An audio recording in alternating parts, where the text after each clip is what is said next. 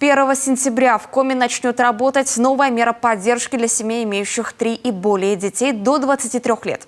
Такие семьи могут получить компенсацию за платное очное обучение в средних, специальных и профессиональных образовательных организациях региона.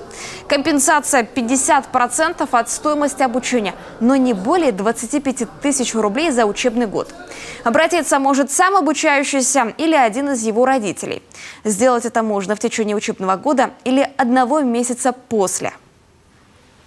Я уже много раз говорил о том, что поддержка многодетных семей – это один из приоритетов в работе правительства Республики Коми. И мы постоянно анализируем ситуацию, чтобы понять насущные потребности семей с детьми, многодетных семей.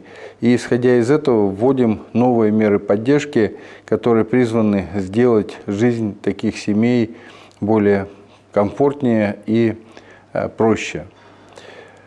И для меня, как для главы республики, очень важно, чтобы в нашем регионе создавалось больше крепких многодетных семей. Состав семьи определяется с учетом не достигших 23 лет родных детей, пасынков, падчериц, а также несовершеннолетних детей под опекой и попечительством.